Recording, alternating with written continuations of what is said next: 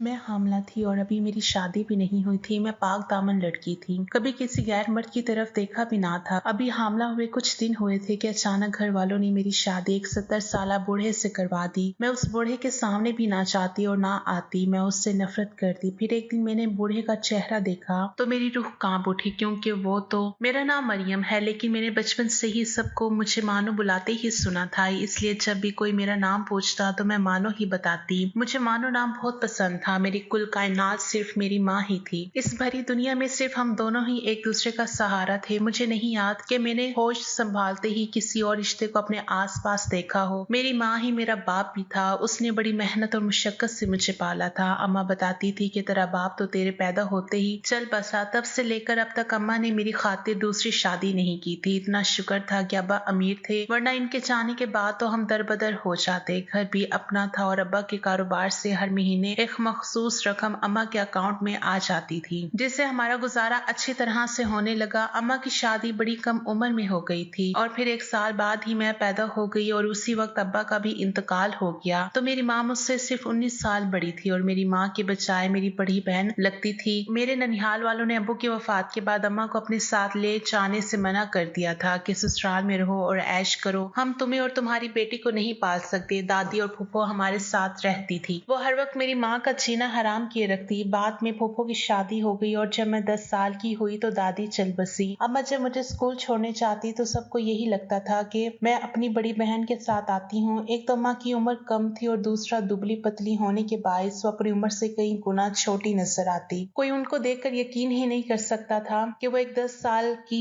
बच्ची की माँ है। मुझे याद है जब मेरे स्कूल के हेडमास्टर को मालूम हुआ तो वो बड़े हैरान हुए थे। कुछ दिनों बाद ही उन्होंने अम्मा के लिए रिश्ता भी भेज दिया। मैं बहुत खुश थी कि अब मुझे बाप का प्यार मिल जाएगा, मगर अम्मा ने मना कर दिया। कहने लगी जब तू छोटी थी तो और बात थी, मगर अब तू बड़ी हो गई है, अब बस मैं तेरी ही परवरिश करूंगी और अच्छे तरीके से और यही काम करूंगी। अम्मा ने वाकई मेरी बेहतरीन परवरिश की। मैं स्कूल से आने के बाद मदरसे जाती थी। दीनी और दुनियावी तालीम साथ साथ चल रही थी। स्कूल के फंक्शन पर मेरी अम्मा जाती तो मुझे शर्मिंदगी होती थी, क्योंकि बाकी सहेलियों की माएँ इतनी खूबसूरत थी कि मैं उन्हें देखती रह गई। मुझे एक दिन मेरी सहेली कहने लगी तुम्हारी अम्मी इतनी जवान है मगर लगता है वो अपना ख्याल नहीं रखती। मेरी मामा तो हर हफ्ते ही ब्यूटी पार्लर जाती हैं और रोज रात को सोने से पहले व्हाइटनिंग क्रीम लगाकर सोती हैं। तुम भी अपनी मामा का ख्याल रखा करो। मुझे पता था कि अम्मा खुद तो अपना ख्याल रखेगी नहीं, इसलिए मैंने ही जबरदस्ती रोज उन्हें क्रीमें लगानी शुरू कर दी। इनके सर की मालिश करती। रोज अम्मा को सुबह अपने साथ वॉक पर ले जाना शुरू कर दिया ताकि मेरी माँ भी मेरी सहेली की माओ की तरह हंसी नजर आ सके। पार्क में जाकर मैं तो झूलों पर बैठ जाती और अम्मा पूरे पार्क का चक्कर लगाती। अब मैं आहिस्ता आहिस्ता बड़ी हो रही थी और मुझे एहसास हो रहा था कि ये दुनिया हसीन, कम उम्र और जवान बेवा के लिए कितनी मुश्किल है। सब मेरी माँ को अजीब नजरों से देखते थे। अब वो सिर्फ सुबह और शाम सैर के लिए बाहर निकलती थी, वरना घर में कैद रहती थी। मैंने इंटर कर लिया था और अब MBBS का दूसरा साल था। पिछले 4 बरसों से मैं पढ़ाई में इतना मसरूफ हो गई कि अम्मी को वक्त ही नहीं दे पा रही थी। इनका भी अब ज्यादा वक्त बाहर सहेलियों के साथ गुजरने लगा। मैं 22 साल की और अम्मा 36 साल की हो गई थी, लेकिन किसी भी तरह वो 30 साल से ऊपर की नहीं लगती थी। और आजकल तो 30 साल की उम्र में लड़कियों की शादी होती है, इसलिए जिसको नहीं पता होता था उसको यही लगता था कि मेरी माँ एक कुंवारी लड़की है। कभी लोगों की ऐसी गलत फहमी पर मैं हंस देती और कभी कभी मुझे गुस्सा आता कि दुनिया वाले भी किसी को जीने नहीं देते। मैं अपनी दुनिया में मगन थी। मुझे डॉक्टर बनना था, इसलिए मैं अंदाजा ही ना कर सकी कि मैं अपनी माँ से कितना दूर जा रही हूँ। उस बेचारी के पास मेरे अलावा है कौन। मगर मुझे ख्याल ही ना आया। एक दिन सुबह 5 बजे जब मेरी आंख खुली तो मेरी माँ घर पर नहीं थी। मैंने सोचा कि अम्मा तो पार्क में होगी। मुझे सुस्ती सी हो रही थी, इसलिए सोचा कि अपनी किताबें लेकर मैं भी पार्क में चली जाती हूँ। वहां जाकर अम्मा को बहुत ढूंढा, मगर वो कहीं नजर ही ना आई। तो मैं परेशान होकर घर वापस आ गई। 1 घंटे बाद कहीं जाकर अम्मा घर आई। मैंने उनको मशकूक नजरों से देखते हुए पूछा कहाँ थी आप? पार्क में तो कहीं नजर नहीं आई। अम्मा ने हैरत से मुझे देखा और कहने लगी तू पार्क गई थी, अगर जाना था तो मेरे साथ चली जाती। मैं सैर करने अब उस पार्क में नहीं जाती, वो जो नई कॉलोनी बन रही है ना वहां जाती हूँ। अम्मा की वजाहत पर मैं मुतमईन हो गई थी। डॉक्टर बनना मेरी जिंदगी का सबसे बड़ा ख्वाब था। मैं MBBS के तीसरे साल में थी जब वो हादसा हुआ जिसने मेरी पूरी जिंदगी को यकसर तब्दील करके रख दिया। मुझे हालात ने वो रुख दिखाया जिसको देखने की चाह मुझे कभी नहीं रही थी। मेरी जिंदगी अच्छी खासी जा रही थी। मैं रोज सुबह 5 बजे उठती और घर की छत पर जाकर पढ़ना शुरू कर देती, फिर कॉलेज चली जाती। वहां से वापस आकर भी मैं पढ़ती रहती। मैंने 2 साल टॉप किया था और अब भी मेरा इरादा यही था कि अपनी कॉलेज में टॉप करूं, इसलिए मैं दिन रात पढ़ती रहती थी। अम्मा बहुत मना करती कि खाने पीने का ध्यान रखो, इस तरह बीमार हो जाओगी, मगर मेरे सर पर जो टॉप करने का भूत सवार था वो मुझे चैन नहीं लेने दे रहा था। पहले कुछ दिनों से मैं नोट कर रही थी कि मेरी तबीयत कुछ अजीब सी हो रही है, हर वक्त मतली और दिल खराब रहने लगा। शुरू में इतना गौर नहीं किया मैंने कि कमजोरी की वजह से शायद ऐसा है, मगर फिर आहिस्ता आहिस्ता मुझे चक्कर आने शुरू हो गए। एक दिन मैं अम्मा के साथ रात का खाना खा रही थी कि मुझे मतली हुई और कैं आ गई। मैं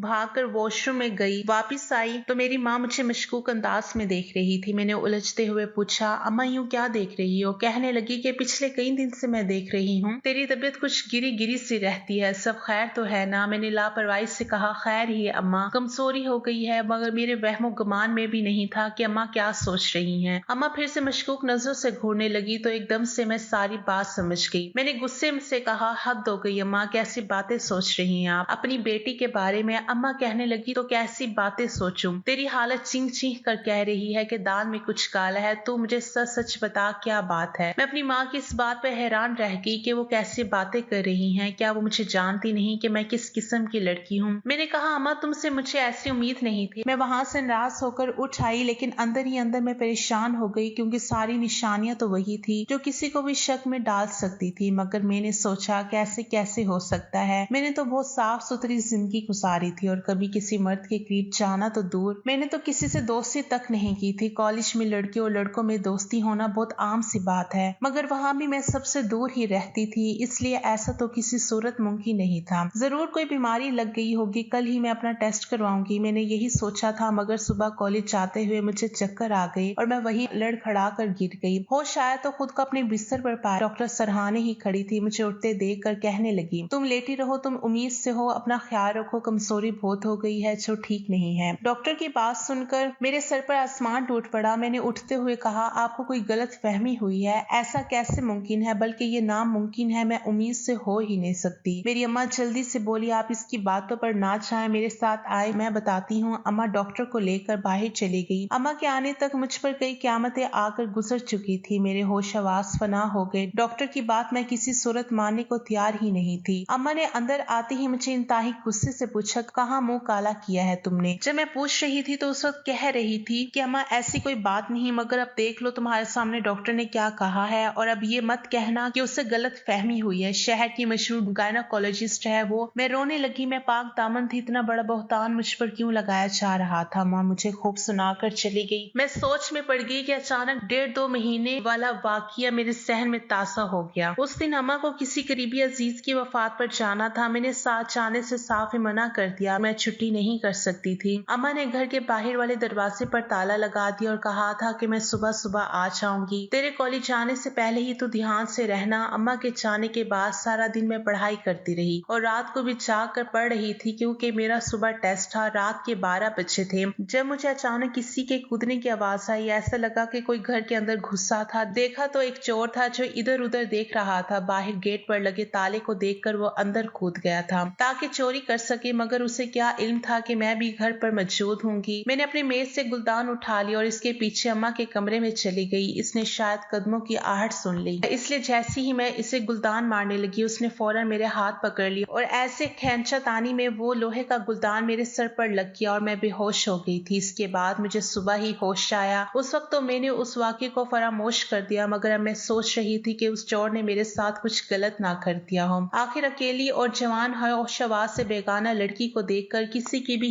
नीयत खराब हो सकती है और उसके अंदर का शैतान जाग सकता है। तो क्या मालूम मेरे साथ उस रात क्या हुआ है जिसका खमियाजा इस तरह आज भुगतना पड़ा है। ये सोच सोच कर मेरी जान निकली जा रही थी कि आखिर ये किसका बच्चा है। मैंने सोचा कि मैं अपने कॉलेज जाकर अपनी सीनियर से टेस्ट करवाऊंगी, मगर फिर सोचा कि इस तरह तो मैं बदनाम हो जाऊंगी। मैं कॉलेज भी ना गई। अम्मा मुझे आते जाते ऐसी नजरों से देखती थी कि मैं शर्मिंदगी से जमीन में गड़ जाती थी। 3 दिन गुजरे कि अम्मा ने मेरे सर पर आकर ऐसे क़यामत तोड़ी जिसका मैं तस्वुर भी नहीं कर सकती थी। अम्मा ने कहा कि मैं तेरा निकाह करने वाली हूँ, वो भी ख्वाजा सिराज से, क्योंकि मैं तेरी वजह से होने वाली बदनामी नहीं सह सकती। वो तेरे बच्चे को अपना नाम दे देगा, वो ख्वाजा सिरा है, कोई ये नहीं जानता, दुनिया इसकी असलियत के बारे में नहीं जानती। शादी से तुम दोनों का बरहम रह जाएगा। मैं बहुत रोई और चीखें चलाई कि अगर मेरा निकाह ही करना है तो किसी मर्द के के साथ करो। मगर अम्मा कहने लगी शरीफ मर्द तेरी जैसी औरतों को कबूल नहीं करते। इस बात पर मैं चुप होकर रह गई। मैंने निकाह वाले दिन उसे देखा तो अपनी किस्मत पर सब्र करके बैठ गई। वो तो अम्मा से भी काफी बड़ा था। सिर्फ यही नहीं, अम्मा ने ये भी कहा कि अब से ये हमारे साथ हमारे घर पर ही रहेगा। मैंने अम्मा से साफ कह दिया कि मैं इसके साथ एक कमरे में नहीं रहूंगी। खिलाफ तवक्को अम्मा ने कहा ठीक है, मैं इसको अलग कमरा दे दूंगी, मगर दुनिया वालों की नजर में वो तेरा शौहर रहेगा और तेरे होने वाले बच्चे का बाप। मैंने दोबारा कॉलेज जाना शुरू कर दिया। अब मैं ज्यादा से ज्यादा वक्त कॉलेज और अस्पताल में ही गुजारने लगी ताकि मुझे उसकी शक्ल ना देखनी पड़े। मुझे अपने इस शौहर से नफरत सी होने लगी। मैं इसकी शक्ल तक को देखने की रवादार नहीं थी। मेरा बस चलता तो मैं उसे अपनी नजरों से हमेशा के लिए ही गायब कर देती। मैं अपने काम से काम रखती थी। मैंने उससे कभी ही बुलाया तक नहीं था। हालांकि शादी को एक हफ्ता गुजर चुका था। एक दिन मुझे एक किताब की जरूरत पड़ी, लेकिन वो इस ख्वाजा सिरा यानी मेरे शौहर के कमरे में थी। रात का 1 बज रहा था और वो किताब मुझे लाजमी चाहिए थी। आखिर मैं फैसला करके उठी और इसके कमरे की तरफ बढ़ गई। मुझे इसके कमरे से बोलने की आवाज आई तो मैं हैरान हो गई कि वो रात की इस पहर किससे बात कर रहा है। मैंने थोड़ा सा दरवाजा खोलकर देखा तो अंदर का मंजर देखकर मेरी जान निकल गई। वो मेरी माँ से बातें कर रहा था। मेरी माँ सोफे पर बैठी हुई थी और वो बेड पर दोनों शायद मेरे ही बारे में बात कर रहे थे, क्योंकि मुझे अपना ही नाम सुनाई दिया था। वो कह रहा था कि ठीक है, मरियम के साथ जो हुआ वो ठीक नहीं, मगर आप भी अपने साथ गलत कर रही हैं। उसको सच्चाई बता दें, वो आपकी बेटी है। मेरी माँ कहने लगी इतनी बड़ी सच्चाई बताने की मुझ में हिम्मत नहीं। अगरचा सोचा तो ये था कि इसको बहुत जल्द हकीकत बता दूंगी, मगर डर जाती हूँ कि मालूम नहीं वो मुझे माफ करेगी भी या नहीं। मैं ये सब सुनकर उलझते हुए वापस अपने कमरे में आ गई।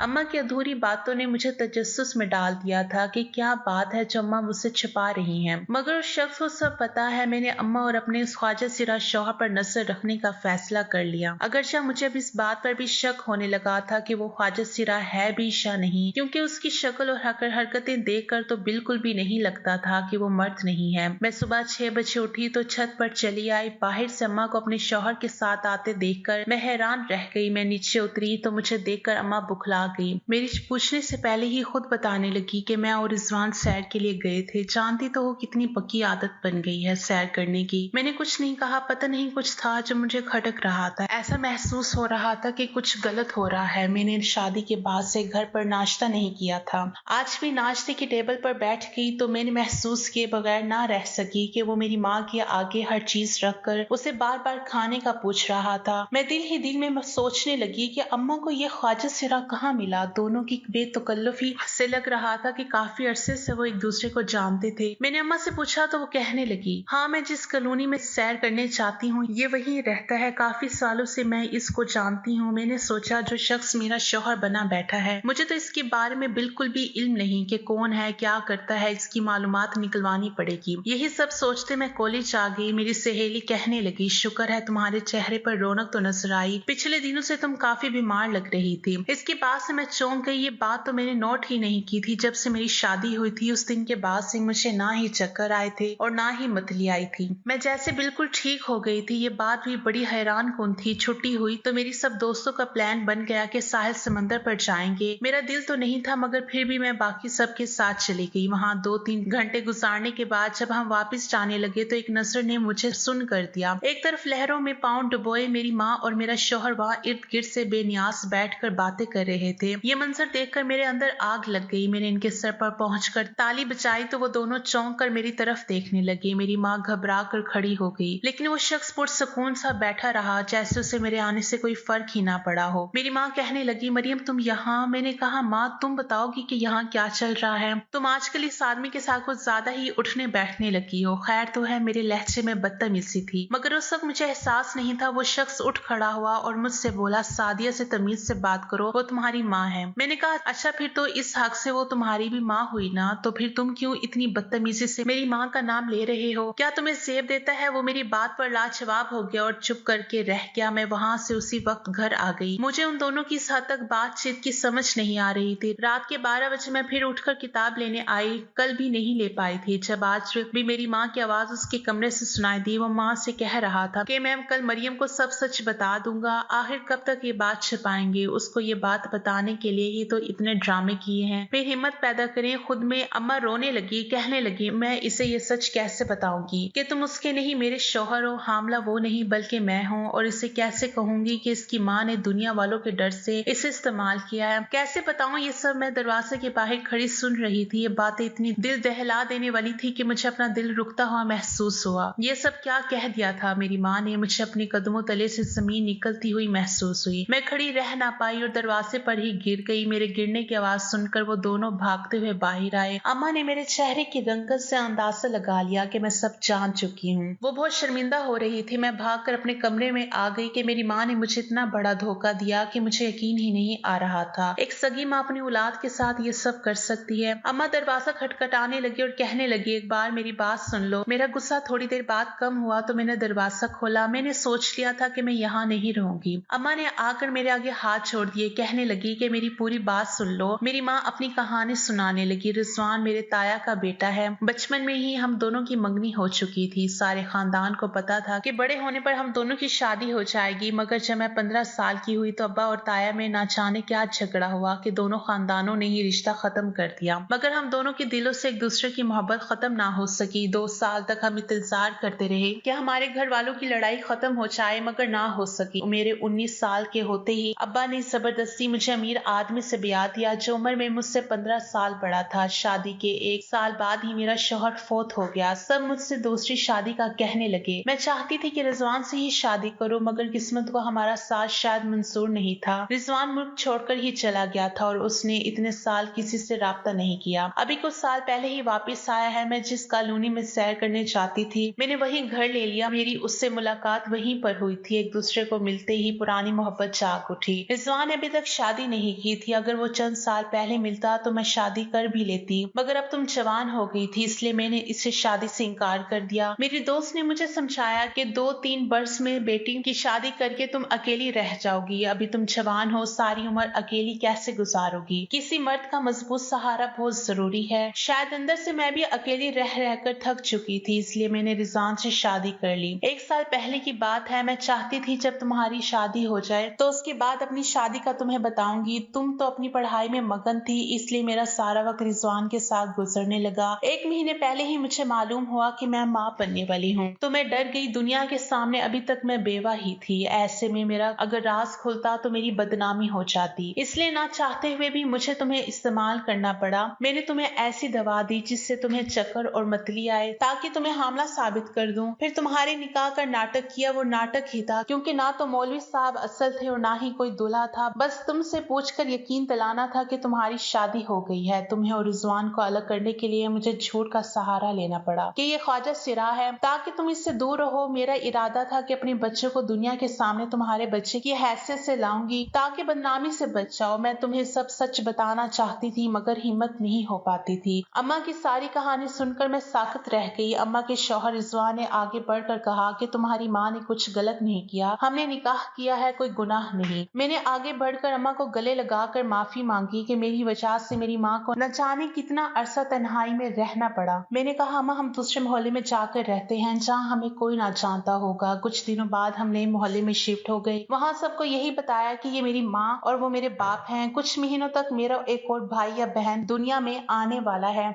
और किसी का एतराज करना बनता भी नहीं था। बेवा की दूसरी शादी इस्लाम में जायज है। इस्लाम को आसान कर लेंगे तो जिंदगी उतनी ही आसान हो जाती है। तो नाज़रीन, ये थी आज की हमारी कहानी। वीडियो अगर पसंद आए तो लाइक और शेयर जरूर कर दीजिएगा और हमारे चैनल को जरूर सब्सक्राइब कर दीजिएगा ताकि हर आने वाली नई वीडियो का नोटिफिकेशन बर वक्त आपको मिलता रहे। शुक्रिया। अल्लाह हाफिज।